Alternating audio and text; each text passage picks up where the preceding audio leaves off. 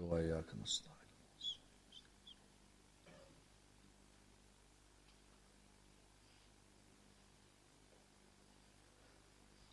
بسم الله الرحمن الرحيم. الحمد لله رب العالمين، والصلاة والسلام على سيدنا وعظيمنا وحبيب قلوبنا وشفيع نفوسنا أبي القاسم محمد. اللهم صل على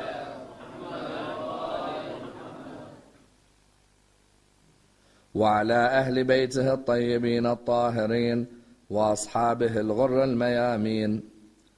الحمد لله الذي جعلنا من المتمسكين بولاية سيدي ومولاي علي بن أبي طالب.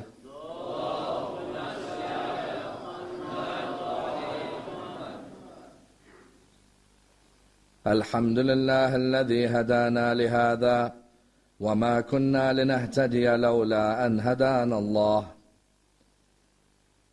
أما بعد، يقول الله في كتابه الكريم: بسم الله الرحمن الرحيم. ونريد أن نمن على الذين استضعفوا في الأرض ونجعلهم أئمة ونجعلهم الوارثين. The first of our loud salawat in honor of Rasulullah Muhammad sallallahu alayhi wa alihi wa sallam. Allahumma salli ala Muhammad. The second in honor of Amir al-Mu'mineen Ali ibn Abi Talib. Allahumma salli ala Muhammad wa ala Muhammad. The third with your loudest voices in honor of the Imam of our time, Imam Sahib al-Asr wal-Zaman. Allahumma salli ala Muhammad wa ala Muhammad. Respected scholars, brothers and sisters, Assalamu alaikum wa rahmatullah wa barakatuh.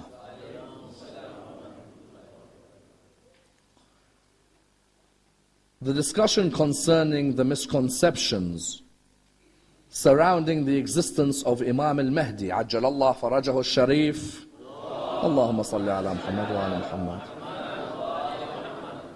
is one of the most intriguing discussions in Islamic thought today, and a discussion that can be approached from a variety of angles.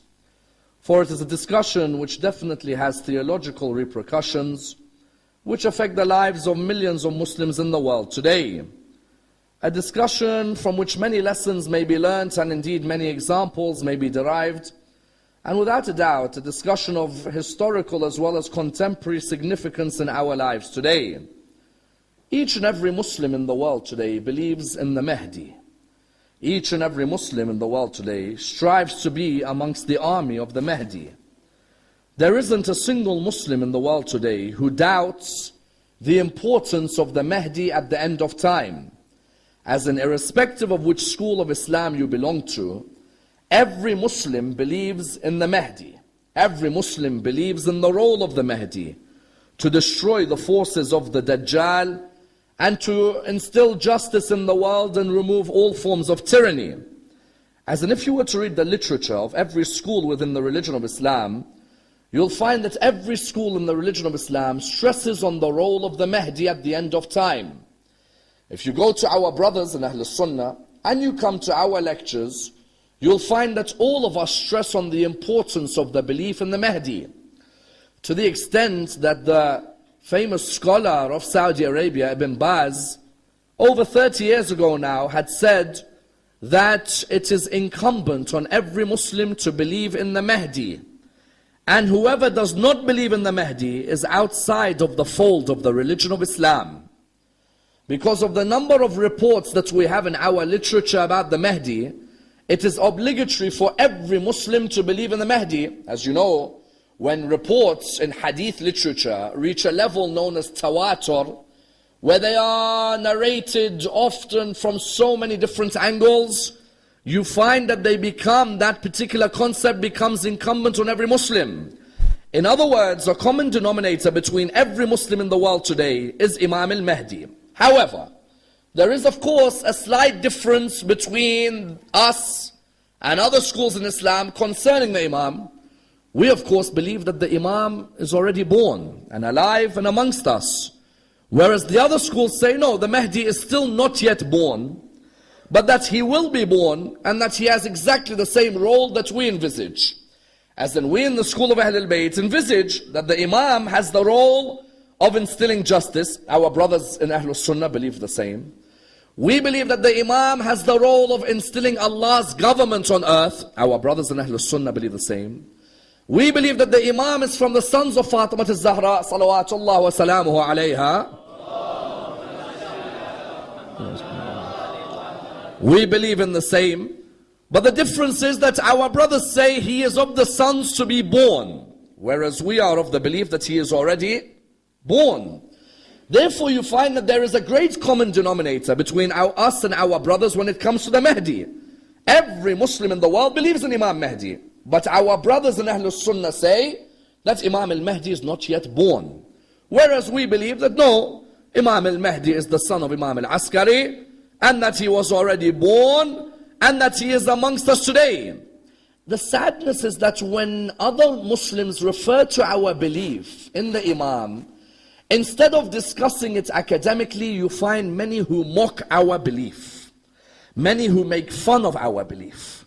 At the end of the day, all of us are Muslims when we believe in the Mahdi.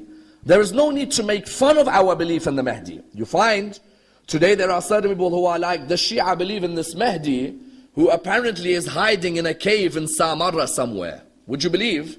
In medieval Islamic literature, they used to always say that the Shia believe in a Mahdi who is in a cave, which ironically in some of their literature they used to write in a cave in Hilla. Imam al-Mahdi is in a cave in Hilla. As in they say that Imam al-Mahdi is in a cave or what they call a Sardab. You know the Sardab in Samarra? They say that Imam al-Mahdi of the Shia is in a cave somewhere and that he's hiding and that he's about 1,000 years old now and that his mother, no one could see the signs of pregnancy on her, and that the Shia actually believe that he can help them.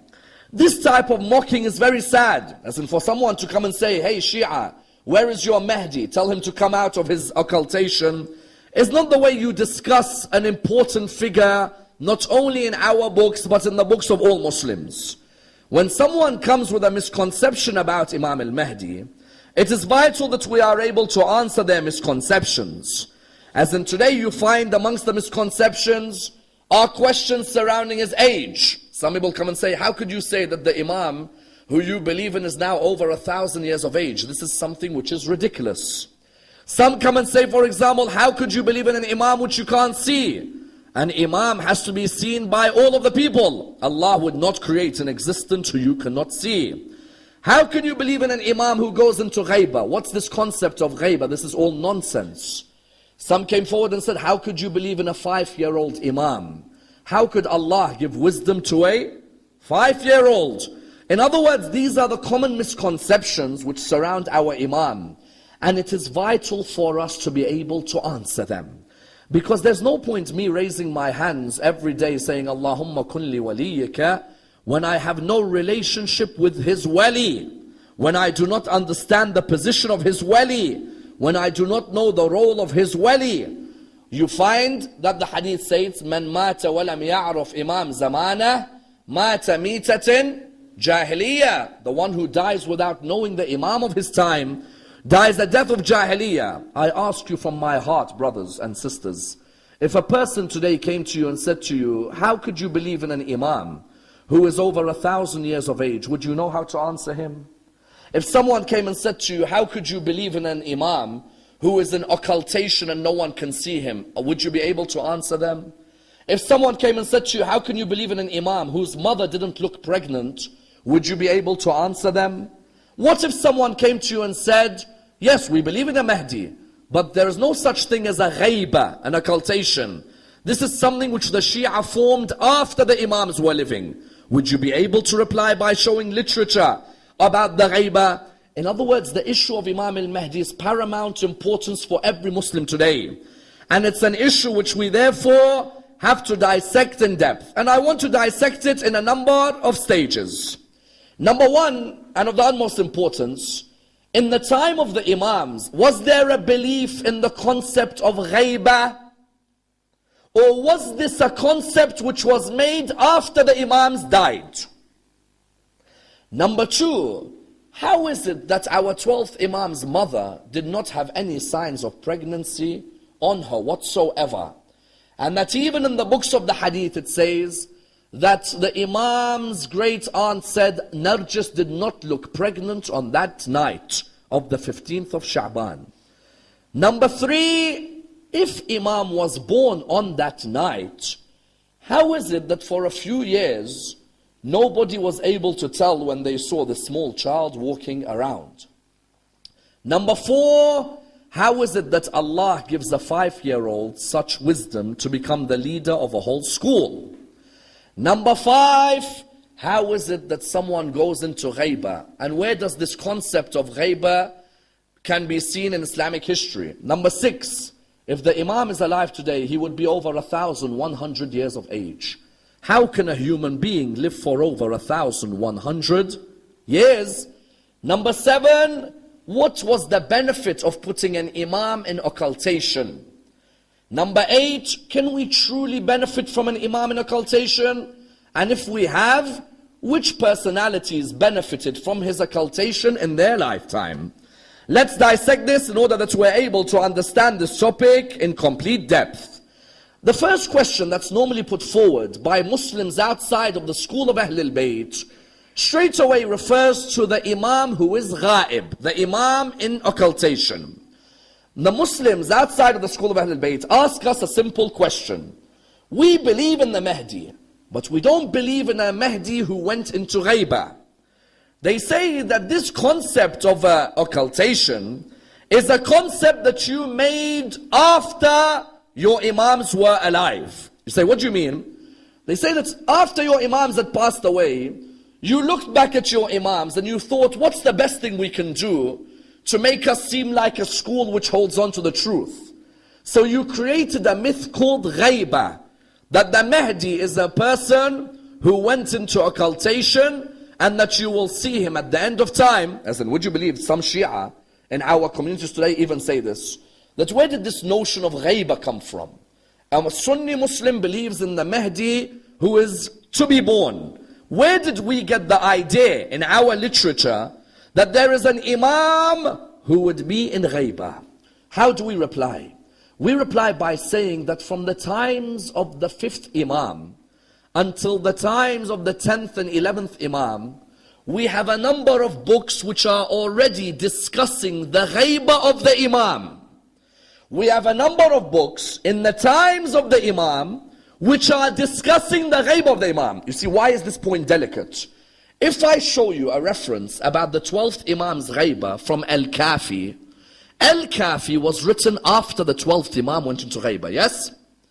If I show you a reference about the 12th Imam's ghaibah from the books of Shaykh al-Saduq or the books of Shaykh al-Tusi, these were all written after the ghaibah. Someone could say that these authors retrospectively wrote their own history. You know, some academics, they say history is his story. What do academics say? History is his story.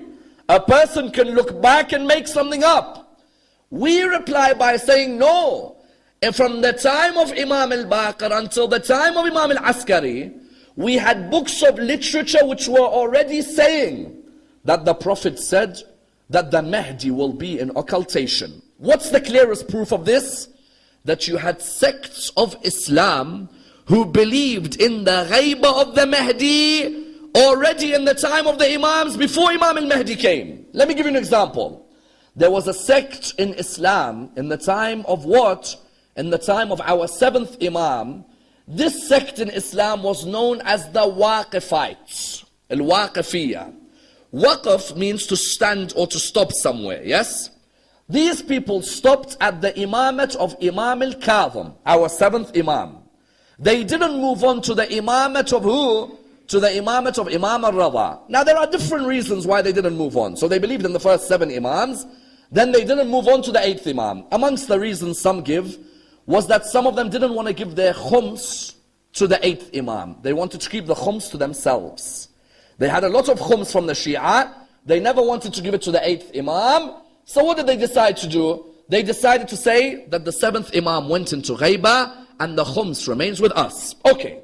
This sect, the Waqifites, in their books, in their literature, they had hadiths from the Prophet talking about the ghaibah of the awaited Mahdi.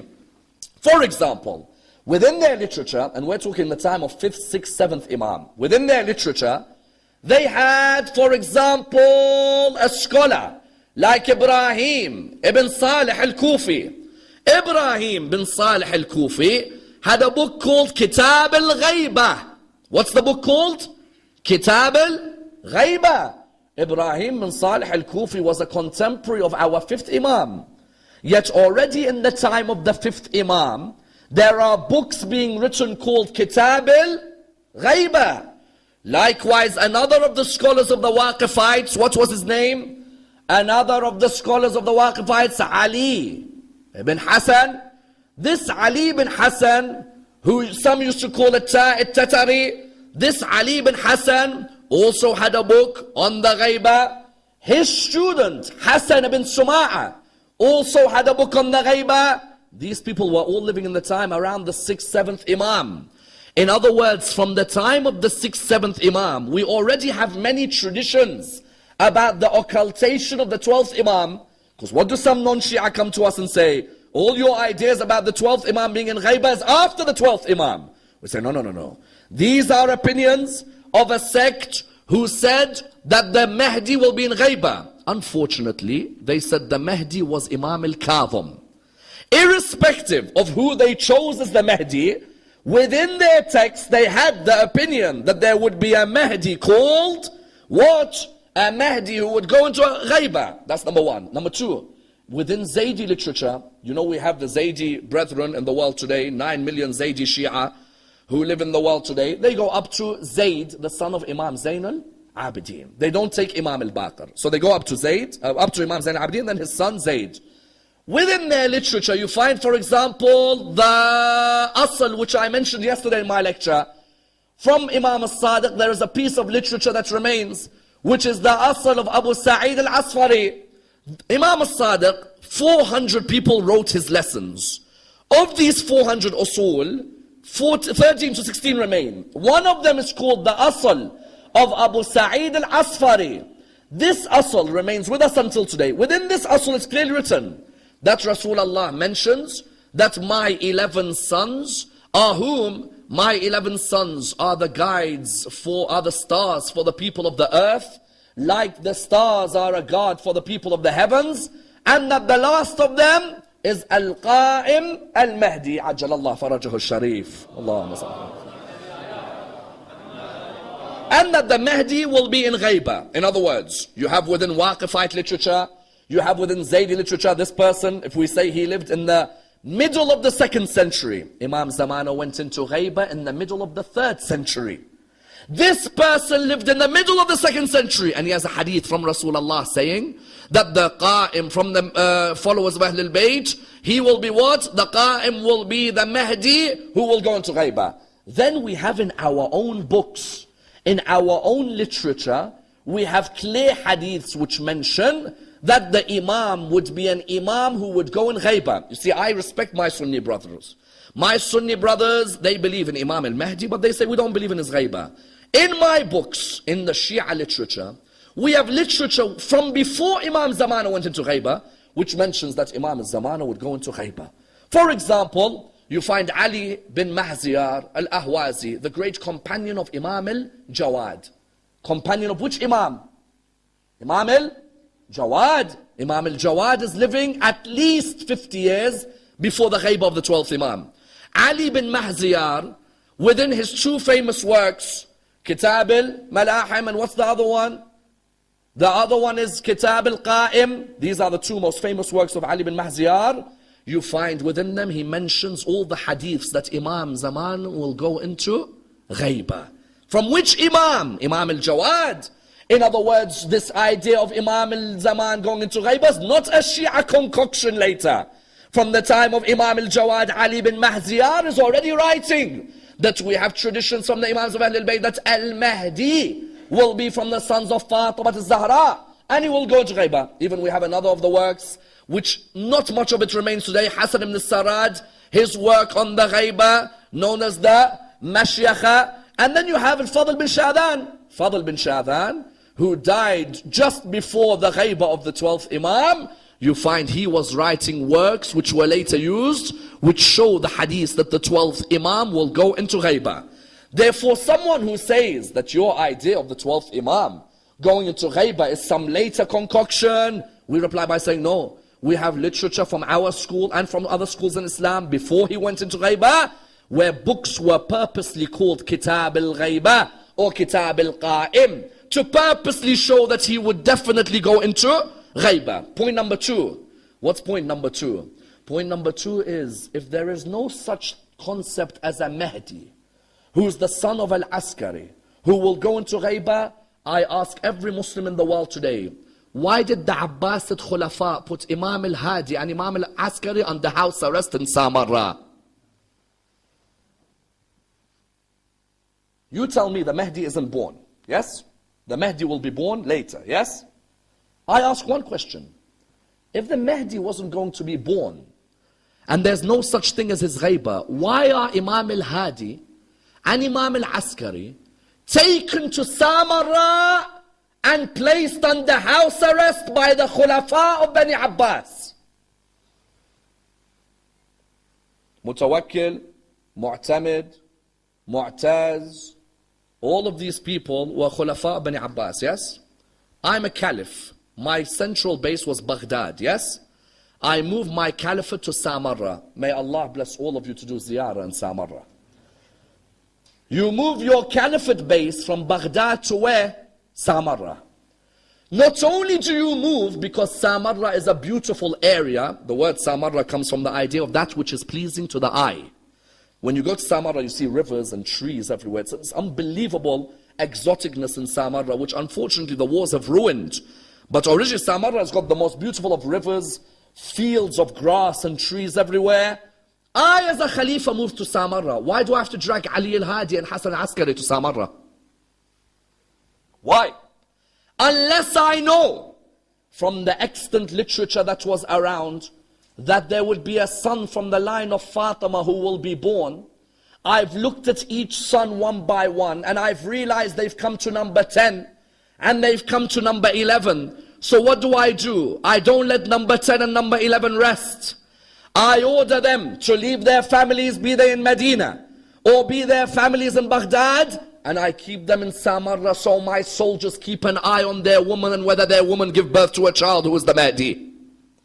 You see, when someone comes and tells me, said, Ammar, I'm not sure about Imam Zamana. I said to him, why are you not sure about Imam Zaman? They say, I'm not sure about Imam Zaman because at the end some people say he wasn't born. I say, if he wasn't born, so why is the Abbasids making sure that his grandfather and father are under house arrest in Samarra? If I now know from the lineage of Rasulullah from Fatima al-Zahra that we've reached the 10th of the 12th. Remember yesterday, what was my lecture? Rasulullah said there will be 12 Khalifs after me. All of them are from Quraysh. All of them are from Bani Hashim. I as an Abbasid Khalifa, what do? I don't want this Mahdi to run over my government. So what do? I order Imam al-Hadi to leave where he is. I order Imam al-Askari to live where he is, and I force them to stay in Samarra with all their family, so I keep an eye on when the Mahdi is born. That's why you find Imam al-Hadi was dragged. I tell you, no Imam of Ahlul Bayt was dragged either out in the middle of the night or in the middle of the day as viciously as Imam al-Hadi alayhi salam. You know what they used to do to Imam al-Hadi? Say 4 o'clock in the morning. Imam al-Hadi's finished his Fajr prayers, he's finished his du'as, he goes to sleep. All of a sudden 30 soldiers enter his house, pull him out and take him to the palace. And they take him out for some petty issue where the Khalifa was confused about something. He gives them the answer, he says, okay, go back to sleep now. And they would ransack his house. Does he have any weapons? They enter, they see a prayer mat. Does he have any weapons? They enter, they see water. Does he have any weapons? They enter, they see a mattress. They would try constantly to harass the Imam. But you found Imam al-Hadi would always show them respect. If they ever needed help on an issue, they tell Imam al-Hadi, come here, we want to question you on something. I'll never forget, when a lady came towards Mutawakkil, she said to him, Mutawakkil, someone came to him and said, there's a lady who claims she's Zainab. He said, which Zainab? He said, Zainab, sister of Hussein. He's like, Zainab, sister of Hussein? She died over 100 years ago. Over 200 years ago, for example. She died, she passed away. The reply was, no, this lady claims she's Zainab. Mutawakkil said, come here. When the lady came, Mutawakkil looked at her and said, excuse me, who are you? She said, I'm Zainab. Which Zainab? Zainab, sister of Hussein, daughter of Ali. Mutawakkil said, Zainab, sister of Hussein, daughter of Ali, died over 150 odd years back. What are you talking about? She said, no, every night in my dream Rasulullah sees me. And when Rasulullah sees me, he pats me on my body, I get my youth back again. Mutawakkil knows that there's only one man who can answer this lady. And it's the man he's placed under house arrest, Imam al-Hadi. He calls Imam al-Hadi, says, listen, I can't answer her, she's causing trouble for me. Can you answer her? He said, what's the issue? Excuse me, who are you? She said, I'm Zainab. Which Zainab? Zainab, sister of Hussein. Which Hussein? Hussein, son of Ali. You mean my great-great-grandfather Hussein. And you're Zainab, my great-great-great-aunt. Yes. He said, okay, very well. Mutawakkil said, what do you mean very well? Sort something out. He said, yes, it's normal. Mutawakkil, you still have a cage of lions? He said, yes, I do. He said, let's go and sit with the lions. She said, what do you mean sit with the lions? He said, well, if you truly are Zainab, sister of Hussein, the lions will not come and attack you. Because a lion doesn't attack the son or daughter of Fatima al-Zahra. He will look after her. She looked at him, she said to him at that moment, well, if you're the great son of Fatima al-Zahra, why don't you sit with the lions? The narration says Imam al-Hadi went into the cage, he sat with the lions. By the time they came to check on him, the lions were doing sujood next to Imam al-Hadi alayhi salam. At that moment she admitted, Allahumma salli ala Muhammad wa ala Muhammad. A second in honor of Imam al-Hadi alayhi salam. Allahumma salli ala Muhammad. A third with your loudest voices in honor of Imam al-Askari alayhi salam. Allahumma salli ala Muhammad. In other words, these khulafa, what did they do? They would take Imam al-Hadi to Samarra. Afterwards, they would take Imam al-Askari to Samarra. And again, if they had trouble with an issue, they choose Imam al-Askari. Imam al-Askari one day, al-Mu'tamid, the Khalifa, he had a major trouble in Samarra. What was the trouble? There was no rain coming down in Samarra at all. When there was no rain coming down, the people were praying every day. You know, there's a salah for prayer, there's a salah for rain called Salat al-Istisqa. Every day they were praying and praying and praying, no rain. Suddenly a Christian priest came, he prayed, all of a sudden rain came down. Mu'tamid was in trouble. People were now saying maybe Christianity is the religion of God, maybe not Islam. And Mu'tamid has placed Imam al-Askari in house arrest because he knows Imam al-Askari is the 11th of the Shia Imams, which means that the Mahdi is going to be born, so I'll keep an eye on him. He brings them out, says, come here. Says, we have a trouble, we have a dilemma. I said, what is it? He said, we had no rain, and the rain started to come down because a Christian priest prayed. And the people are saying Islam is not the religion of God. Imam al-Askari said, very well. Gather the Christian priest, gather all the people, and tell the Christian priest to pray for rain again. And Mu'tamid said, what do you mean pray for rain again? It's already raining. He said, doesn't matter. If the man has the power, he'll make it rain again. But he said, on the Tuesday, when he's doing it, tell me, I'll be there. So he came on the Tuesday, the Christian priest came, again he prayed. Imam al-Askari straight away said to one of his companions, go and grab his hand as he is about to do dua. As the Christian priest is about to do dua, the companion Imam al-Askari came, grabbed his hand, he took out a small bone. He gave it to Imam al-Askari, Imam al-Askari showed the people. He said, this is a bone which was in a grave of a prophet of God. This Christian has taken the bone out of the grave of the prophet, and he prays to Allah for rain in the name of that prophet. And when Allah hears the dua in the name of a prophet, Allah answers the dua straight away. So in other words, Imam al-Askari and Imam al-Hadi, what were they doing in Samarra? They were under house arrest. But if the Khalifa needed them, he would use them. However, this is the second point to prove that Imam al-Mahdi was born. What is it? Imam al-Mahdi was born, highlighted by which area? By the fact that the Abbasid Khulafa have taken Imam al-Hadi and Imam al-Askari and have put them under house arrest in Samarra. Imagine I'm a Khalifa. There's 1 million Muslim scholars. If all the Muslim scholars are a threat, I would get all the Muslim scholars to Samarra. No, let the Muslim scholars stay in Medina. Let the other ones stay in Kufa. Let the other ones stay in Egypt. But these two have to stay in Samarra. Because I know out of all the Muslim scholars living, these two are the ones who the Mahdi will come from. And these two are the ones whose names have been told to everyone that they are the Imams of Ahlul Bayt. In other words, when someone asks you for the second proof, say, why were Imam al-Hadi, Imam al-Askari taken under house arrest in Samarra if there was no Mahdi to be born? Number 3, how could your Imam be born from a mother who had no signs of pregnancy? Because you know in our hadith books what it says. Bibi Narjis did not have the signs of pregnancy even up until the night of the 15th of Sha'ban. You know the night of the 15th of Sha'ban is holy for us and our Sunni brothers. Both of us believe it's the holiest night after the night of Qadr. Our Sunni brothers believe it's the holy night like we do because we say it's that night when all of your sins are forgiven. Like Laylatul Qadr, there are many hadiths about 15th of Sha'ban. Yes? We also believe it's the great night when the Imam was born. Yet on that night his mother doesn't have the signs of pregnancy. In our hadith books it says Bibi Narjis did not know she was pregnant. So our brothers say, how could you believe in an Imam whose own mother did not have the signs of pregnancy? We reply by saying what? Firstly, Allah, when He wants to do something, He says, Kun fayakun. Mary was able to give birth as a virgin. If the Lord can let Mary give birth as a virgin, why can't He let Bibi Narjis give birth in this way? But secondly and more clear, I am surprised by the Muslim who says, how can a woman give birth without the signs of pregnancy when the same Muslim has read the story of Nabi Musa in the Quran? Nabi Musa in the Quran, did his mother have the signs of pregnancy or no? No, she didn't. Why? Because Fir'aun was told by the soothsayers that there will be a young boy who is born who will overtake your kingdom. He will bring peace and remove injustice. He will bring justice and remove tyranny. So what did Fir'aun, the Quran say, what did Fir'aun begin to do? Fir'aun started going to every house and they would slaughter all the newborn males. Isn't it? Isn't it in the Quran? That they would slaughter all the newborn males? So one day, Fir'aun's advisor came to said, Fir'aun, listen, we're not going to have any more servants. Because you're killing every newborn male. There's not going to be any more slaves for us. So Fir'aun said, very well, 1 year we're going to kill, the other year we're going to let people live. In the year he let people live, Nabi Harun was born. In the year he let the boys live, Nabi Harun was born.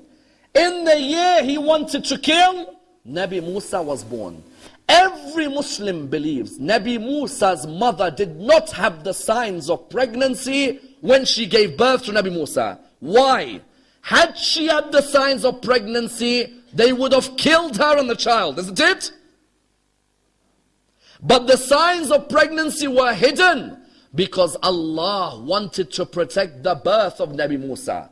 If Allah removed the signs of pregnancy to protect the birth of Nabi Musa, why Allah could not remove the signs of pregnancy to make sure that the birth of Imam Sahib al-Asr al-Zaman went ahead?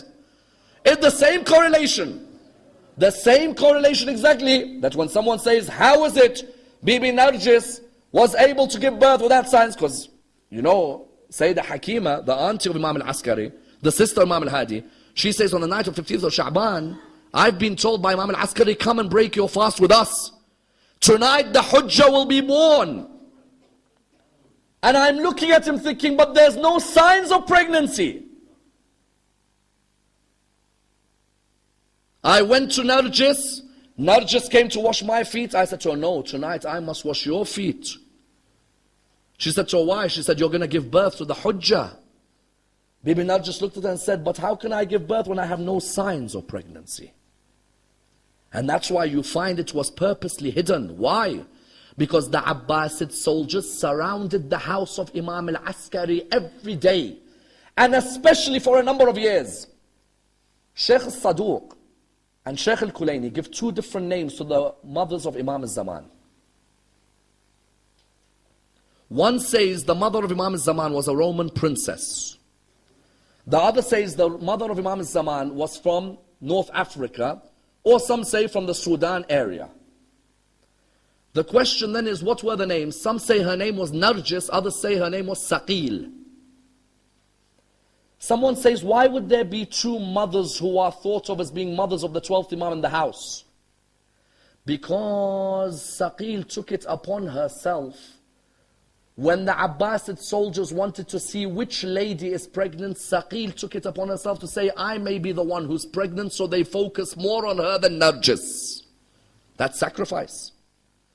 Saqil doesn't need to sacrifice. You had Saqil, you had Narjis, there's a third lady mentioned, Sosan. Although some believe two of them may have the same name, or one of them may have two names. Saqil and Narjis both lived in the same house. What did the Abbasid soldiers do? They focused more on Saqil and left Narjis. Allah subhanahu wa ta'ala didn't let the signs of pregnancy come on Narjis until Narjis gave birth on the 15th of Sha'ban. Someone turns around and says, okay, very well. She gave birth on the 15th of Sha'ban to a newborn male, yes? A newborn male, we agree. A newborn male is born. But hold on. 12th Imam went into Ghaiba at which age? Which age? 5, yes? Ghaibat al-Sughra, 5 years of age. They can't spot him in the first 5 years walking around? Abbasid soldiers didn't see him born. His mother, the signs of pregnancy weren't clear, yes? But hold on, he's going to grow to become a 5-year-old. How did they not spot him? As soon as he was born, Imam al-Askari sent him to go and live with his grandmother in Medina. Many Shia think Imam Sahib al-Asr al-Zaman grew up in Samarra. He didn't grow up in Samarra. There's no way he could grow up in Samarra. He'd be killed. You see a 3-4-year-old boy walking around all of a sudden. What do you think? Who is that? I put all that pressure on a house and I see a 3-4-year-old boy and I don't know who he is. Imam al-Askari sent him to go and live in Medina with his grandmother, the mother of Imam. You found that he went to go and stay with Hudayth, and then after Hudayth, they went to stay in Mecca with Ahmed ibn Muhammad ibn al-Mutahhar. They stayed up until Imam returned at the age of 5 to lead the salah of his father when his father died. Otherwise, someone will come and attack you. He'll say, okay, Imam, no one knew when he was born, but how does he get away with walking around Samarra for 5 years? How did you get away with it? You don't. Your father sends you to Medina to live there. And then you live in Mecca. Only when your father dies do you come and lead the salah of your father, because an imam has to lead the salah of another imam when he dies. Question. He led the salah. He went into Ghaiba. What is this concept of going into Ghaiba? Going into occultation. Because they say to us, where's your Mahdi? Let him come out of his cave. You hear that?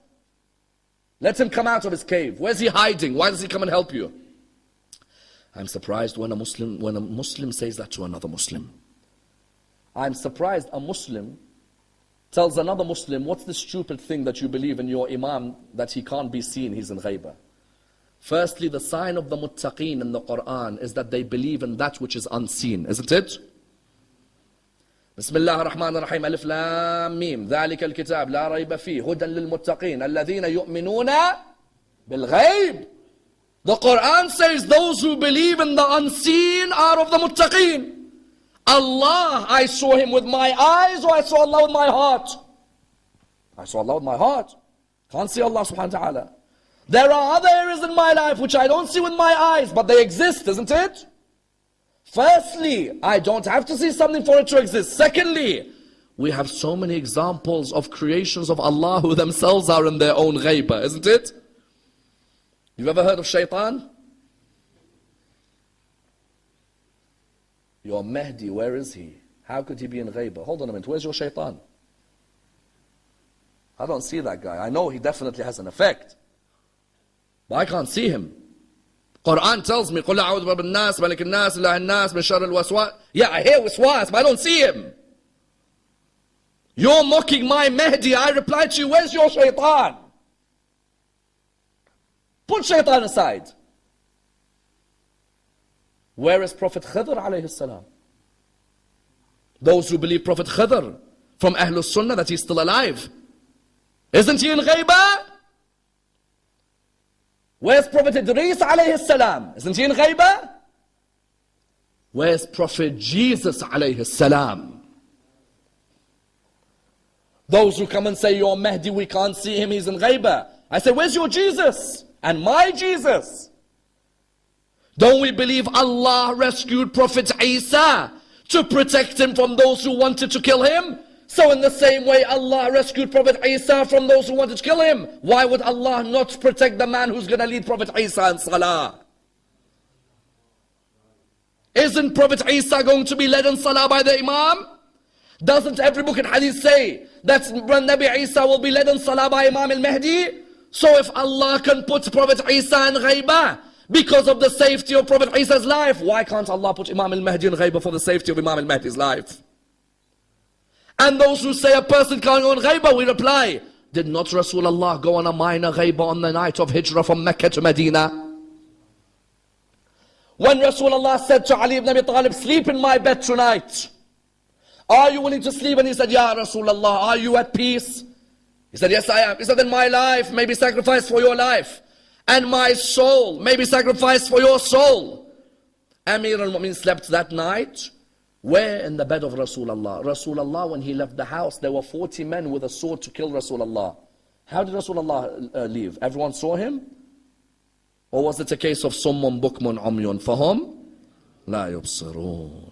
Or was it a case of وَجَعَلْنَا مِنْ بَيْنِ أَيْدِيهِمْ سَدًّا وَمِنْ خَلْفِهِمْ سَدًّا فَأَغْشَيْنَاهُمْ فَهُمْ لَا يُبْصِرُونَ?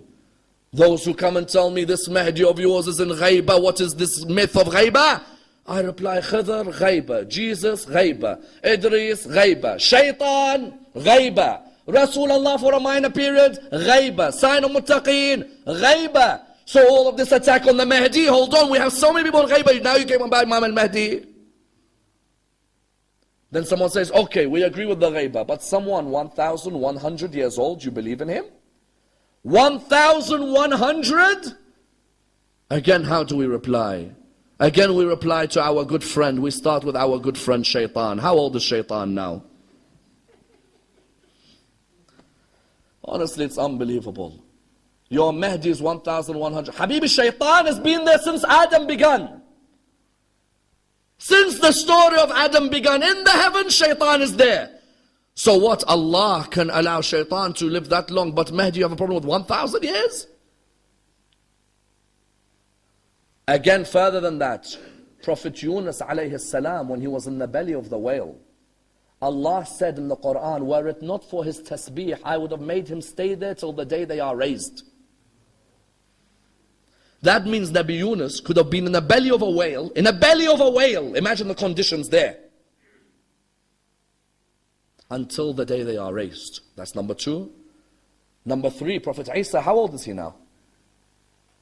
Is it that hard to guess? He's around 2012, for example. 2012, you tell our fellow Muslims, Prophet Isa, how old? 2012. But your Mahdi, how can he be 1,000? How are you accepting 2012?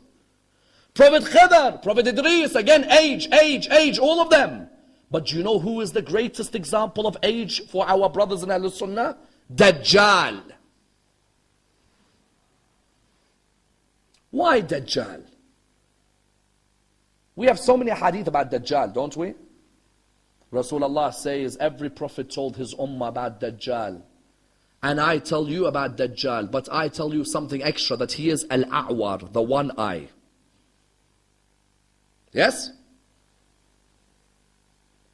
Ahlul Sunnah believe Dajjal is a human. We believe he's a system. We don't believe there's literally a human with one eye. We believe it's a system which opposes religion.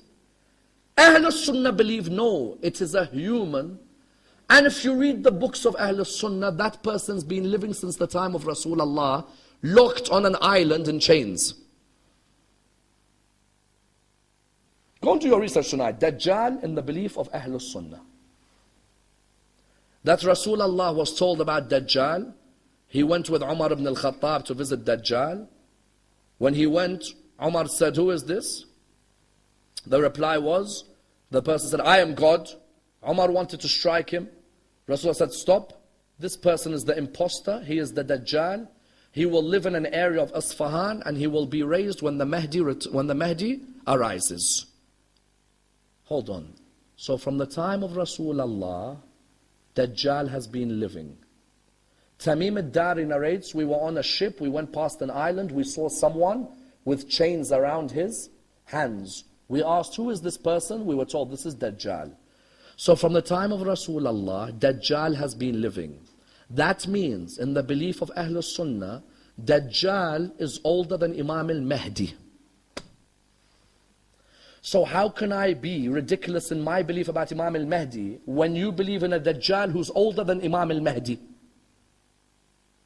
In other words, those who come and say age, again, there are prime examples. Then an ultimate question, what is the benefit of the Imam in this occultation? As in, which benefit do we gain from the occultation of the Imam? We reply by saying the benefits are numerous. The first benefit of the occultation, Imam will never pledge allegiance to a tyrant. There are many tyrannical governments, but our 12th Imam will never have pledged allegiance to a tyrant. Secondly, what was the need of a ghaibah? That of course they were going to kill the Imam. Thirdly, the ghaibah is of course a test for us as followers of the Imam. How good a relationship do we have with the Imam? An Imam who we can't see, but we believe in his return. How many of us every day talk about Imam al-Mahdi? How many of us talk about dua nudba, or dua ahad, or dua tawassul? How many of us have this closeness with the Imam where we discuss the signs of the Imam and the return of the Imam? Some people turned around and said, what benefit do you gain from an Imam who you can't see, O Shia? What benefit do you gain from an Imam who you can't visualize? Because today people ask, what's the point of Imam Mahdi? I can't see him. We reply by saying the following principles. Do we believe in an existent who you can't see but whispers bad into you? Do we believe in such an existent or no? What do we call him? Shaitan, isn't it? Shaitan exists, cannot be seen, whispers bad. Taken by that logic, then can there be an existent who exists, cannot be seen, but whispers good into you? How many of you have had a thought in one day in your life or another and you're wondering, where did I get this thought from? Where did I get this idea from? Where did I go and open this moment, this business from? Where did that rizq come to me from? That is when a person truly has that relationship with the Imam. In the same way the Quran says about shaitan, yuwaswisu fi sudur an-nas, shaitan whispers into the hearts of men. If shaitan is living, cannot be seen, and whispers bad into the hearts of men, then why can't al-Mahdi living, cannot be seen, whisper good into the heart of men? And that's why you find that many have benefited from the existence of the Imam, even though they had not seen him. So many of the greatest of the scholars had seen the Imam. So many of the most pious of the community had seen the Imam. Do not just imagine that you have to be a speaker or a scholar or religious figure to meet the Imam. No. Anyone with sincerity can meet the Imam. Anyone who seeks to be close to the Imam. The Imam in his final letter said, if my Shia wanted me to return, I would return for them. Those who want the Imam to return, the Imam would return for them. The Imam also says what? When they said to him, Imam al-Mahdi is in ghaibah, we cannot see him. He says, no. He says his ghaibah is like that of Prophet Yusuf alayhi salam. He exists, but his brothers couldn't recognize him. You ask Allah constantly, Ya Allah, allow us to recognize the Imam of our time. Allow us to be of those who defend the Imam of our time. Isn't it sad that we have so much knowledge on trivial matters and don't have knowledge of the Imam of our time? When a person dedicates their life to building a relationship with the Imam, there is no way the Imam would not help them. That's why may Allah bless the soul of Allam al-Hilli. Allam al-Hilli, how much he dedicated to the religion of Islam. How many books he wrote for the religion of Islam. How much sadaqah jariyah he gave towards the religion of Islam until today. And how much he taught people about his Imam. Encouraged people to learn about his Imam. You think Allah would not allow Allam al-Hilli to meet the Imam of his time? Allam al-Hilli wanted to visit Masjid al-Sahla in Kufa. May Allah grant you all the ziyarah of Masjid al-Sahla. They say the person who visits Masjid al-Sahla 40 Tuesdays in a row will meet the Imam of his time on that 40th Tuesday. Some say just 40 Tuesdays? Watch, you could get to number 39, then you have an accident. Or on number 31 you have an illness. Or on number 26 you have an emergency. Do not think 40 Tuesdays to Masjid al-Sahla is easy. There may be an obstacle that will come up. Allam al-Hilli narrates, he says, I was now on my 40th visit to Masjid al-Sahla. It was a Tuesday night. And with me on my way to Masjid al-Sahla, I wanted to see if I met the Imam, I wanted to ask him a question. They said to Allam al-Hilli, what's the question? He said, there's a hadith from Imam al-Baqir which I cannot understand until today. They said to him, what's the hadith?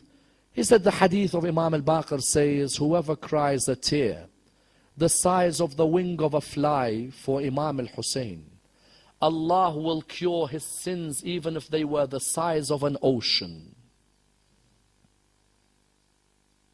The tear the size of a wing of a fly for Imam al-Hussein, Allah would cure sins the size of an ocean. Allam al-Hilli says, I couldn't understand that hadith. How does that hadith mean that all the sins will be cured? Why would Allah forgive all the sins? Because a person shed a small tear for Hussein? So Allam al-Hilli says, it was the 40th Tuesday and I set off towards Kufa, towards the place where the house of the Imam will be, where the government of the Imam will be. He said, as I got close to Masjid al-Sahla, an Arab man saw me. He said to me, excuse me, where are you going? He said, I'm going towards visiting Masjid al-Sahla. He said to him, why? He said, I want to visit Masjid al-Sahla. It's my 40th Tuesday and I want to meet the Imam of my time and I have a question I want him to answer for me. So the Arab man said to him, do you mind if I answer the question? He said, no, only my Imam can answer. The Arab man looked at him and he said to him, no, allow me to try. What's your question? He said, you know, I've always wondered, the tear the size of a wing of a fly for Imam al-Hussein alayhi salam, could it really cure sins the size of an ocean? He said, I've never understood this hadith of Imam al-Baqir. The Arab man looked at him and he said, can I explain the answer to you? Allam al-Hilli said, well, go ahead. If you know, go ahead. He said there was a king who went to war and his soldiers were with him. And midway through the journey, his soldiers were away from him and he was stuck in a forest alone. He didn't know where to go and he couldn't find any of his soldiers. So he went and knocked at the door. An old lady answered. She said to him, how can I help you? He said, I'm the king of this whole land. I cannot find my soldiers. I beg you, do you mind looking after me? And I promise when I return to my palace, I'll give you everything. The lady said, come in, stay with us. I live with my son, we live alone. And considering you're our guest, we only have one animal outside, but we'll slaughter it. That's all we have, but you are our guest and you deserve everything. That king, when he left their house having eaten, said, I swear when I return to my palace, I'll give you what you want. Months had gone past, nothing had been given. The narrations say that her son said to her, or she said to her son, my son, why don't you go and visit the king and tell him who we are? The son was hesitant. He was like, he'll never remember us. He's now gone. She said, no, go and ask him. The son went towards the palace. Excuse me, who do you want? He said, I want to see the king. Why? There is something he owes us. The guards let him in. He came and saw the king. Oh, king, do you remember me? He said, no, I'm sorry, I don't remember you. Do you remember when you were lost in the forest? Me and my mother gave you our house and we slaughtered what we had for you. He said, of course I remember you. How can I forget? Please forgive me that I wasn't able to come back to you. It's been difficult times for us. Then he looked around at his two guards and he said, what do you think I should give him as a reward for what him and his mother done to me? They replied by saying, one of them said, give him some land. He deserves land. The other said, give him some treasures. Let him have treasures. He looked at both of them and he said, how unjust both of you are. This man, him and his mother gave me all that they had. Therefore, if I am going to be just, I have to give them everything that I have. The Arab man looked at Allam al-Hilli and said, oh Allam al-Hilli, if a normal king can be so just that he is willing to give everything away because a mother and her son sacrificed one animal, then do you not think the King of Kings would give all his forgiveness away for the man who gave everything he had on the 10th of Muharram. Allama al-Hilli began to cry, for his tears remembered Karbala. He remembered Hussein giving the baby away, and Hussein giving Akbar away, and Hussein giving Abbas away. That lady gave one animal and a king gave everything. Hussein gave his life. How could the King of Kings not give all his forgiveness to the man who gave everything away on the 10th of Muharram? A tear. Imam al-Baqir said a tear the size of the wing of a fly for Abu Abdullah cure sins the size of the ocean. How many of us are sinners tonight on a Thursday night, brothers and sisters? How many of us? How many of us, our tear for Abu Abdullah, for what he gave away? Then he looked at him and said, oh Allama al-Hilli, tell my Shia that if they visit me every Tuesday in Masjid al-Sahla, I will be there for them. As the poet says, oh Allama al-Hilli, tell my Shia not to forget me, I am with them. Tell my Shia that when I see their deeds, I cry sometimes. I expect more from my Shia, more from my followers. And that's why, without a doubt, Imam al-Baqir had that love for Imam al-Hussein. And that love that Imam al-Baqir had for Imam al-Hussein was transferred from his father, Imam Zayn al-Abidin. Imam al-Baqir says, I used to see my father when he walks past a butcher. As the butcher's about to sacrifice a sheep, I'd see the butcher give water to the sheep. And I'd see my father, Zayn al-Abidin. He'd walk towards the butcher and he'd say to him, oh butcher, the animals, before you slaughter them, do you give them water? He said, yes, of course, my Imam. Every creation deserves water before it is killed. He'd look at him, he'd say, my father died without anyone giving him any water. He says that I'd go with my father to the graveyard. He'd see a man being buried. He'd come to the man, he says to him, oh man, when I die, do you promise to bury me? The graveyard would say to him, yes, we would bury you. How could we not? He would look at them and say, my dad laid on the ground for 3 nights with no one to bury his body. But arguably the saddest ever moment for Imam al-Baqir, Imam al-Baqir narrates, Imam Zayn al-Abidin, my father, when the poison surrounded his body, he was in extreme pain. May Allah never show you that moment when you see your father dying. Those of you who've seen your father die in this hall, how difficult are those last moments when you see him about to close his eyes? That father who you used to love, he's about to close his eyes. Imam al-Baqir said, I saw Imam Zayn al-Abidin, the poison surrounded his body. So what do I do as his son? I came to hug my father on his chest. I came and I hugged him. As soon as I hugged him, he began to cry in a way I have never ever seen him cry. I looked at him, I said, oh my father Zayn al-Abidin, why do you cry? In a moment you'll see Rasulullah. In a moment you'll see Fatima al-Zahra. In a moment you'll see Imam Ali. In a moment you'll see Imam al-Hassan. In a moment you'll see Imam al-Hussein. He looked at me and he said to me, oh my son Muhammad, I cry because when I am dying you are on my chest. Whereas when my father Abu Abdullah died, do you know who sat on the chest of my father? Ya Allah. Inna lillahi wa inna ilayhi raji'un. We pray to Allah subhanahu wa ta'ala to raise us with Muhammad and al-Muhammad. Allow us to be amongst those who receive the intercession of Imam Sahib al-Asr wal-Zaman. Allow us to understand the position of our Imam. Let us gain closeness to our Imam in this holy month of Ramadan. Ya Allah, allow us to be amongst those chosen to be the servants of Imam Sahib al-Asr wal-Zaman. Allow us to avenge what happened in Karbala alongside Imam Sahib al-Asr wal-Zaman. As we say in Dua Nudba, where is the one who avenges the one killed in Karbala? Ya Allah, let us be with him in avenging what happened at Karbala. As you know, Imam Sahib al-Asr wal-Zaman in Ziyarat Nahiya says, I cry for you tears that become blood when I remember Karbala. He cries tears that become blood. Imagine the level of passion Those of you who shed tears, continue. Those of you who haven't, make a pledge to go and visit Aba Abdullah al-Hussein. Go and visit Karbala. If not, then at least go and visit Hajj and be alongside Imam Sahib al-Asr wal-Zaman at Arafah. Every year Imam al-Mahdi is in Arafah. Be amongst those Hujjaj next to him. In Arafah this year, alongside him, be amongst him, be with him. We pray to Allah subhanahu wa ta'ala for all our brothers in the Islamic world, to unite them. Our brothers in Syria and Burma and India and Pakistan and Iraq.